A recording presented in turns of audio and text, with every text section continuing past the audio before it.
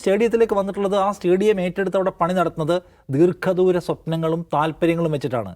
ആ താല്പര്യങ്ങളെ മനസ്സിലാക്കിയിട്ട് ശരി നിങ്ങൾ എടുത്തോളൂ കലൂർ സ്റ്റേഡിയം എന്ന് പറയാൻ വി അബ്ദുറഹ്മാൻ ആരാണ്? അപ്പോൾ ഇത്ര വലിയ തോതിൽ, അതായത് ഞാൻ പറഞ്ഞത് സാമ്പത്തിക താല്പര്യം മാത്രമായി ഒരാൾ വരുന്നു, അല്ല കേരളത്തിന് മെസ്സിയെ കാണിച്ചു കൊടുത്തിട്ട് കേരളത്തിലെ ആളുകൾ മുഴുവൻ കൈയടിക്കും അത് കണ്ട് ആത്മനിർവൃതി അടയാൻ വരുന്ന ആളൊന്നുമല്ല ശ്രീ ആന്റോ അഗസ്റ്റിൻ. അദ്ദേഹം കച്ചവടക്കാരനാണ്, അദ്ദേഹത്തിന് ഒരുപാട് കച്ചവട സംരംഭങ്ങളുണ്ട്, അതിൽ പലതും ദുരൂഹമാണ്. അതൊരു സംരംഭം മാത്രമാണ് അദ്ദേഹത്തിൻ്റെ സ്ഥാപനം. ഇപ്പോൾ ആൾക്കാരെല്ലാം പറയും അയാൾക്ക് ഒരു മാധ്യമ സ്ഥാപനം കൂടിയുണ്ട്, എന്തുകൊണ്ട് ആ മാധ്യമ സ്ഥാപനവുമായി ബന്ധപ്പെട്ട വിയോജിപ്പുകൾ വേറെ മാധ്യമ സ്ഥാപനത്തിലെ ആളുകൾ പറഞ്ഞുകൊണ്ടിരിക്കുകയാണെന്ന്. അയാൾക്കുള്ള ഒരുപാട് ദുരൂഹ സ്ഥാപനങ്ങളിൽ അവരുടെ കൂട്ടത്തിൽ അയാൾക്കൊരു മാധ്യമ സ്ഥാപനമുണ്ട് എന്നാണ് നമ്മൾ മനസ്സിലാക്കണം. അതായത് മാധ്യമ സ്ഥാപനം മാത്രം നടത്തുന്ന ഒരു ജേർണലിസ്റ്റാണ് അല്ലെങ്കിൽ ഒരു മാനേജിംഗ് എഡിറ്റർ മാത്രമാണ് അദ്ദേഹം നല്ല നമ്മൾ കണ്ടത്. അദ്ദേഹം വലിയ ഇപ്പോഴും ഇൻഫർമേഷൻ മിനിസ്ട്രിയുടെ രേഖകളിൽ അദ്ദേഹത്തിന്റെ കമ്പനി അല്ല അതിന്റെ ഉടമ അല്ല. Indo Asian news channel private limited എന്ന് പറയുന്ന നികേഷ് കുമാറും റാണി നികേഷും ഡയറക്ടറായിട്ടുള്ള കമ്പനിയാണ് ഇപ്പോഴും അതിനെ സർക്കാരിൻ്റെ രേഖയിൽ ഓണർഷിപ്പ് എടുക്കുന്നത്. അപ്പോൾ അദ്ദേഹത്തിന് നമ്മൾ ആൻഡോയെ മനസ്സിലാക്കുന്നത് ആൻഡോ ഒരു ചാനലിൻ്റെ ഉടമ മാത്രമാണ്, ബാക്കി ചാനലുകൾക്കെല്ലാം പുള്ളിയുടെ എന്തോ പ്രശ്നമാണ്. അങ്ങനെയാണ് കണ്ടത്. ആൻഡോ ഒരു ചാനലിൻ്റെ ഉടമ മാത്രമല്ല, ആൻഡോ ചാനലിൻ്റെ ഉടമയായത് കഴിഞ്ഞ വെള്ളിയാഴ്ചയാണ്. അതിന് മുൻപ് തന്നെ ആൻഡോയുമായി ബന്ധപ്പെട്ട എന്തെല്ലാം സംരംഭങ്ങളുണ്ട്. ലോറി കച്ചവടത്തിൻ്റെ സംരംഭമുണ്ട്, മാംഗോ ഫുഡിൻ്റെ കച്ചവടത്തിൻ്റെ ഏർപ്പാടുണ്ട്, ഭൂമി കച്ചവടവുമായി ബന്ധപ്പെട്ട പ്രശ്നമുണ്ട്, മരമുറി പ്രശ്നമുണ്ട്. അദ്ദേഹത്തെ ആളുകൾക്ക് ഏറ്റവും വലിയ മരമുറി കേസുമായി ബന്ധപ്പെട്ടാണ്.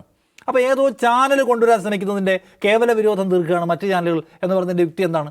അപ്പോൾ അത് അദ്ദേഹത്തിന് ഒരു സംരംഭം മാത്രമാണ്, അതിൽ ഒരുപാട് ആൾക്കാർ ജോലി ചെയ്യുന്നുണ്ട്, നമ്മുടെ പരിചയക്കാർ ഒരുപാട് ജോലി ചെയ്യുന്നുണ്ട്, അത് വേറെ കാര്യം. അതല്ല ഇത് അദ്ദേഹത്തിന് ചാനലുടമ നിലയ്ക്കല്ല ഞാൻ കാണുന്നത്. മറിച്ച് കേരളത്തിൻ്റെ പൊതുമുതൽ മോഷ്ടിച്ചുകൊണ്ട് പോകാൻ ശ്രമിച്ചു എന്നതിൻ്റെ പേരിൽ ഗുരുതരാക്ഷേപം നേരിടുന്ന ഒരാൾ ഇങ്ങനെ ഒരു സാമ്പത്തിക താല്പര്യമായിട്ട് വന്നപ്പോൾ അയാൾക്ക് സ്റ്റേഡിയം എടുത്തു കൊടുക്കാൻ കരാറില്ലാതെ, നാളെ അയാൾ ഈ സ്റ്റേഡിയം നിർമ്മിച്ചു, ഇപ്പോൾ അയാൾ സ്റ്റേഡിയത്തിൽ പണി നടത്തിക്കൊണ്ടിരിക്കുകയാണ്. പാതിയായപ്പോൾ അയാൾ പറയുന്നത് എനിക്ക് സാമ്പത്തികമായിട്ട് അത്ര ഗുണപരമല്ല ഇത്, അതുകൊണ്ട് കസേര മൊത്തം പിടിപ്പിച്ചിട്ടില്ല, പാതി കിടക്കുന്നു, ഞാൻ പോവാണെന്ന് പറഞ്ഞാൽ ആരോട് ചോദിക്കും? ചോദിക്കണ ഒരു പേപ്പർ വേണ്ടേ? ഈ പേപ്പർ പ്രകാരം ഇത് മൊത്തം ശരിയാക്കി തരാമെന്ന് താൻ പറഞ്ഞിട്ടുണ്ട്, ഇല്ലേ തന്നിട്ടില്ല, നിയമനടപടി സ്വീകരിക്കുന്നത് വെച്ചാൽ ഏത് പേപ്പറെന്ന് ചോദിക്കാൻ നമ്മുടെ പേപ്പറില്ല. കോടാനുകോടി രൂപയുടെ മുടക്കി ഉണ്ടാക്കിയ ഈ കലൂർ സ്റ്റേഡിയം നിങ്ങൾ ഫ്ലറ്റിൽ എന്താ പറയുക ലൈറ്റ് ഇളക്കി കളയുകയോ അല്ലെങ്കിൽ നിങ്ങൾ കസേര ഇളക്കി കളയുകയോ പാർക്കിംഗ് മുഴുവൻ നിങ്ങൾ കുഴച്ച് മറിക്കുകയോ എന്ത് ചെയ്താലും എനിക്ക് സാമ്പത്തികമായ വയബിളല്ല നിർത്തുക എന്ന് പറഞ്ഞാൽ എവിടെ ചോദിക്കും?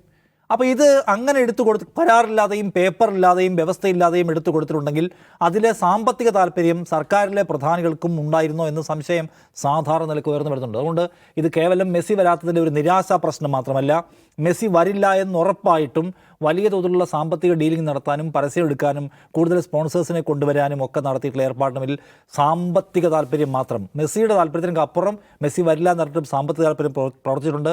ആ സാമ്പത്തിക താല്പര്യത്തിനകത്ത് ആർക്കൊക്കെ ഇൻവോൾവ്മെൻ്റ് ഉണ്ട്, പൊളിറ്റിക്കൽ ലീഡർഷിപ്പിന് ഇൻവോൾവ്മെൻ്റ് ഉണ്ടോ, അതുകൊണ്ടാണോ അവർക്ക് ഈ കാര്യം വിശദീകരിക്കാൻ കഴിയാതെ ഓടുന്നത്? അത് ചോദിക്കുന്ന മാധ്യമങ്ങളോട് ഇപ്പോഴും അവർ ചൂടാവുന്നത് എന്ന പോയിന്റ് വിശദീകരിക്കപ്പെടുന്നുണ്ട്. അതുകൊണ്ട് മെസ്സി വന്നില്ല, കഷ്ടമായിപ്പോയി, ഇനി അടുത്ത വിൻഡോയിൽ നോക്കാം, അത് അവർ വിൻഡോയിൽ കൊണ്ടുവരുമോ കൊണ്ടായിരിക്കും അവരുടെ കാര്യം. പക്ഷേ ഇപ്പോൾ സീരിയസ് ആയിട്ടുള്ള സംശയം സർക്കാരിനുമായി ബന്ധപ്പെട്ടുണ്ട്. മുതലാളിക്ക് ലാഭമുണ്ടാക്കാൻ നിങ്ങൾ ചെയ്തു കൊടുത്തത് എന്താണ്? അതിൻ്റെ ഭാഗമായി നിങ്ങൾക്ക് തിരികെ കിട്ടുന്നത് എന്താണ്? നിങ്ങൾ തമ്മിലുള്ള ഡീൽ എന്താണ്? അതിലെ സാമ്പത്തിക താല്പര്യം എന്താണ്? അതിലെ മലയാളിയെ വഞ്ചിച്ച പോയിന്റ് എവിടെയാണ്? അത് വിശദീകരിക്കാൻ സി അബ്ദുറഹ്മാൻ ബാധ്യതയുണ്ട്. അല്ലാതെ 3 ദിവസം കഴിയുമ്പം മെസ്സി പോയി അടുത്ത വിവാദം വന്നോളും എന്ന് വിചാരിച്ചിരിക്കേണ്ട. ചോദിക്കാൻ കുറച്ച് മനുഷ്യന്മാർ ഇവിടെ ഉണ്ട് എന്ന കാര്യം ഓർക്കുക. അത് കേവലം മാധ്യമങ്ങൾ തമ്മിലുള്ള എന്തോ റൈവലറി ആണെന്ന് വിശദീകരിച്ച് പോയിക്കളയാം എന്ന് വിചാരിക്കുന്നുണ്ടെങ്കിൽ അതങ്ങ് പള്ളി പറഞ്ഞാൽ മതി.